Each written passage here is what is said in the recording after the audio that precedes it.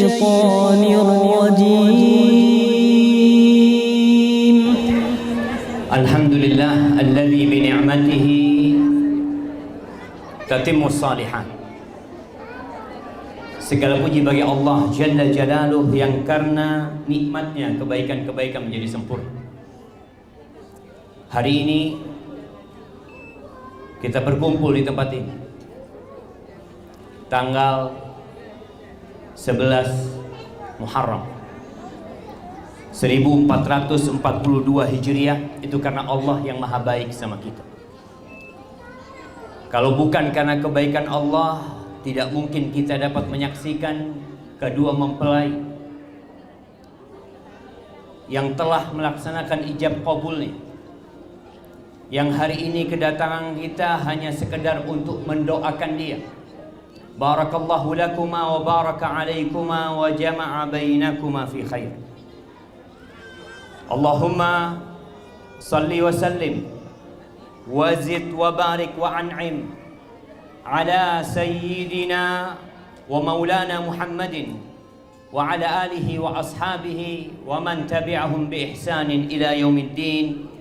Ya Allah, semoga salawat, salam, berkah dan nikmat senantiasa Engkau curahkan untuk hamba kekasih-Mu, untuk baginda Nabi kita Muhammad alaihi salatu wassalam, manusia terindah yang pernah menginjakkan kakinya di muka bumi, yang kita diperintahkan untuk mencontoh beliau. Dan semua kita mengaku pengikutnya Rasul sallallahu alaihi wasallam, tapi banyak di antara kita yang hanya pandai berbicara tapi tidak pandai mempraktekkan dalam kehidupan ini. Semoga salawat itu bersambung untuk Khadijah radhiyallahu taala anha, untuk Aisyah, untuk Hafsah, untuk seluruh ummahatul mukminin. Para jamaah, khususnya ibu-ibu di sini, kalau antunna melihat kehidupan istri-istri Nabi, ya prasangka anak nggak ada yang kuat, nggak ada yang kuat mendampingi Rasulullah Sallallahu Alaihi Wasallam. Bayangkan bagaimana cerita Aisyah radhiyallahu taala anha tentang rumah Rasul sallallahu alaihi wasallam. Marra hilalun thumma hilalun wa lam yuqad fi baiti Rasulillah sallallahu alaihi wasallam nar. Berlalu rembulan, satu bulan full. Kemudian datang bulan selanjutnya dan bulan itu berlalu. Dan di rumah Rasulullah sallallahu alaihi wasallam kompornya tidak hidup. 2 bulan lebih. Ditanya, lalu apa yang kalian makan? At-tamr wal ma'. Ya, kurma sama air. Selama 2 bulan penuh bahkan lebih Rasulullah sallallahu alaihi wasallam bersama istrinya hidup dalam kesusahan. Bagaimana Rasulullah sallallahu alaihi wasallam datang ke rumah istrinya di pagi hari bertanya, apakah ada yang bisa dimakan? Apa kata istrinya? Enggak ada, kecuali air. Di rumah manusia terindah, di rumah manusia yang paling dicintai Allah Jalla Jalaluh, tidak ada makanan sedikit pun kecuali air. Pernah datang lagi seorang pengemis, seorang wanita bersama 2 putrinya. Dia datang mengetuk rumah Rasul sallallahu alaihi wasallam. Keluar istrinya Aisyah radhiyallahu taala anha.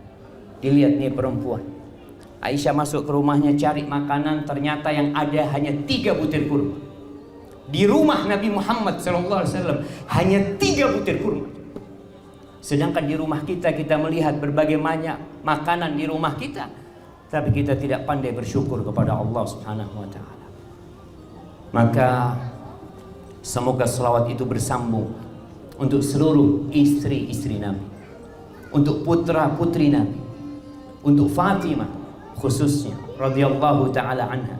Bayangkan Fatimah ini anaknya Nabi ya. Dia menikah sama siapa? Sama Ali bin Abi Thalib. Bukan orang kaya, miskin Ali bin Abi Thalib. Bahkan tatkala dia meminang Fatimah, Ali mengatakan, ya Rasulullah, aku nggak punya apa-apa. menikahi putri Nabi dan aku nggak punya apa-apa.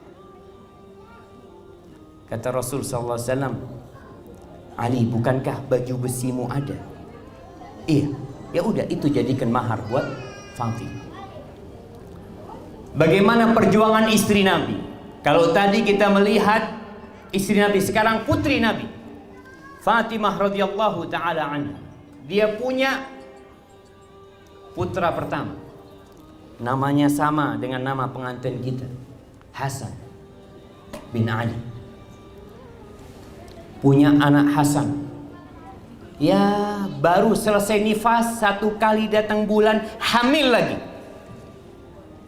Apa bahasanya orang sekarang? Kesundulan. Seakan-akan tuh anak kedua tidak diharapkan kehadiran. Subhanallah jemaah. Ini rezeki dari Allah Subhanahu wa taala. Orang-orang berangkat ke Singapura, berangkat ke London hanya untuk supaya dia punya anak.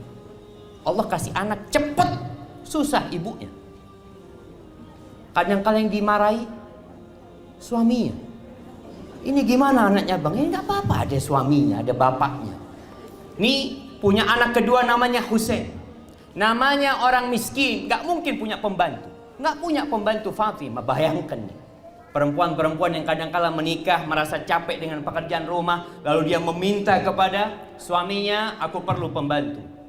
Aku nggak bisa kerja sendiri. Ini Fatimah kerja sendiri. Orang kaya bisa beli roti langsung. Orang kaya bisa langsung beli tepung. Fatimah nggak mampu beli tepung. Ali bin Abi Thalib miskin. Fatimah itu kalau mau makan gandum itu harus dia tumbuk dulu jamaah untuk jadi tepung. Radhiyallahu taala anha. Dia punya anak masih bayi. Kemudian punya anak lagi. Sehingga kondisi tangannya yang kasar, kesian Ali ini sama istrinya sendiri. Tapi sang suami tidak punya apa-apa. Dan lihat bagaimana qanaahnya Fatimah radhiyallahu taala anha. Sampai akhirnya Ali karena kesian sama istrinya, coba engkau datang ke ayahmu. Kayaknya ayahmu dapat tawanan perang, mungkin ada satu yang bisa membantumu di rumah ini. Akhirnya berangkatlah Fatimah ke rumahnya Rasul sallallahu alaihi wasallam. Nggak ketemu sama ayah. Bertemu dengan istri tercinta ayahnya, Aisyah radhiyallahu taala anha, yang hidupnya sama aja sebenarnya. Jadi hidupnya Nabi alaihissalatu wasallam dengan hidupnya putrinya kurang lebih sama. Dan rumah mereka dempel. Sallallahu alaihi wasallam. Akhirnya karena nggak ketemu sama Nabi alaihissalatu wassalam, Fatimah cerita sama istri ayahnya. Habis sholat isya Nabi pulang, dikasih tahu sama Aisyah radhiyallahu taala anha, tadi putrimu datang ke sini. Dia kepingin ini, kepingin itu, kata dia. Oh iya. Akhirnya Nabi nggak jadi masuk rumah. Beliau keluar rumahnya lagi menuju rumah putri. Masuk rumah putrinya, assalamualaikum, dikasih izin untuk masuk. Ali sama Fatimah ini udah tiduran di atas ranjang, entah di ranjang atau di lantai. Ketika keduanya mau berdiri menyambut Rasul sallallahu alaihi wasallam, apa kata Rasulullah sallallahu alaihi wasallam? Ala rislikuma, kalian tetap, enggak usah kemana-mana. Nabi alaihi salatu wasallam duduk di antara putri sama menantunya di atas tempat tidurnya. Kalau sekarang kan kata orang, nggak boleh masuk kamar pengantin. Ini Nabi alaihissalatu masuk di kamar. Apa kata Ali bin Abi Thalib? Hatta wajadtu barda qadamaihi ala sadri. Sampai aku merasakan dinginnya telapak kaki Nabi itu di dada. Jadi Nabi duduk bersila di antara putrinya sama Ali bin Abi Thalib. Lalu apa kata Nabi alaihissalatu? Putrinya dikasih pembantu, putrinya dikasih uang. Lah, masuk surga itu berat dan penuh perjuangan. Putri Nabi pun harus berjuang menuju surga Allah Azza wa Jalla. Maka kata Nabi alaihissalatu wassalam, ala adullukum, mau nggak kalian berdua aku kasih tahu sebuah amalan yang lebih baik daripada pembantu. Lebih baik daripada pembantunya. Bukan sama dengan pembantu. khair daripada pembantu. Idza ataitukuma majja'akum. Kalau kalian datengin tempat tidur kalian, maka bacalah subhanallah 33 kali. Alhamdulillah 33 kali. Allahu Akbar 34 kali. Itu lebih baik daripada pembantu. Kalau sekarang emak-emak dikasih tahu hadis itu, nerima aja. Mungkin akan berpikir, ya Ustaz, tetap kan butuh pembantu kita itu. Lihat nih, putri Nabi SAW tidak dikasih pembantu, dikasih amalan itu. Dan apa kata Ali bin Abi Thalib? Aku tidak pernah meninggalkan amalan itu. Sampai pada malam perang Siffin, pada malam peperangan, aku pun membaca amalan itu. Begitu beratnya hidup putri Nabi radhiyallahu taala anha. Maka nasihat anak buat yang hadir semua di sini, karena kayaknya suara anak nggak sampai ke tempatnya bapak-bapak. Dan Hasan insya Allah sudah dikasih nasihat sama ustadznya dulu waktu nikah. Ada beberapa hal yang ingin anak sampaikan. Tak kenal maka tak sayang. Banyak pernikahan ini terjadi tanpa ada saling kenal. Ustadz, sebagian sudah pacaran, iya. Mungkin sebagian sudah melakukan hal-hal yang diharamkan, tapi dia belum kenal sama pasangan. Apa sih yang disukai sama pasangannya? Apa yang diinginkan oleh pasangannya? Perempuan memiliki keinginan-keinginan dan laki-laki punya keinginan. Apa sih keinginan seorang laki-laki? Yang pertama, siapa nama istrinya Hasan? Zulfa. Zulfa harus dengerin nih. Hasan sudah cerita apa yang diinginkan sama Harimnya. Kok belum cerita? Seharusnya ngomong, anak kepingin kayak gini, kepingin kayak gini, kayak kepingin. Betul jemaah. Pernah kejadian satu perempuan dari Bani Tamim, At-Tamimiyah. Dia nikah sama Syureh. Malam pertama ketika mau dijamah sama suaminya, tunggu dulu kata istri. Tunggu dulu. Ini kata rejalnya, ya Allah, ini perempuan kayak gini mau dijamah, tahu-tahu tunggu dulu. Apa kata perempuan ini? Aku nggak kenal sama engkau. Aku nggak tahu apa yang kau sukai dan apa yang kau benci. Aku duduk di sini untuk mendengarkan apa yang kau sukai dan apa yang kau benci. Itu perempuan duduk dengerin. Kata suaminya, ketika istriku minta hal itu, aku langsung ceramah. Kata, aku kepingin ini, kepingin ini, kepingin itu. Betul. Karena ketika kita tahu dengan keinginan pasangan kita, insya Allah rumah tangga kita itu aman. Yang banyak terjadi semua diam. Dia ingin sesuatu tapi nggak pernah ngomong sama pasangan. Maka Anda sampaikan sekarang kepada Zulfa. Kalau yang Anda sampaikan salah, mungkin Hasan kasih tahu nanti. Baik, yang pertama, Hasan ini ingin dihormati. Betul Hasan? Semuanya. Nah, laki-laki itu ingin dihormati. Kenapa? Karena Allah mengangkat laki-laki sebagai pemimpin. Allah sendiri yang mengatakan ar-rijalu qawwamuna 'alan nisa. Itu Allah. Maka hormati suamimu. Zulfa, hormati Hasan. Kata Nabi SAW, nih Zulfa, dengarkan sabda Nabi SAW. Lau kuntu amiran ahadan ayyasjuda li ahadin. Andai kata aku memerintahkan seorang lelaki, seseorang untuk bersujud kepada orang lain, pasti aku perintahkan wanita sujud kepada suami. Kita tahu malaikat-malaikat itu sujud buat Nabi Adam alaihissalam. Tapi itu sujud penghormatan. Tapi nggak boleh sujud. Maka hormati suamimu dengan cara laksanakan perintahnya, jauhi larangannya. Yang kedua yang diinginkan Hasan ini penghargaan. Betul Hasan? Ingin dihargai apa enggak? Berapa harganya Hasan? Taib, penghargaan jemaah. Rasulullah sallallahu alaihi wasallam mengatakan uritun nar. Zulfa dengerin.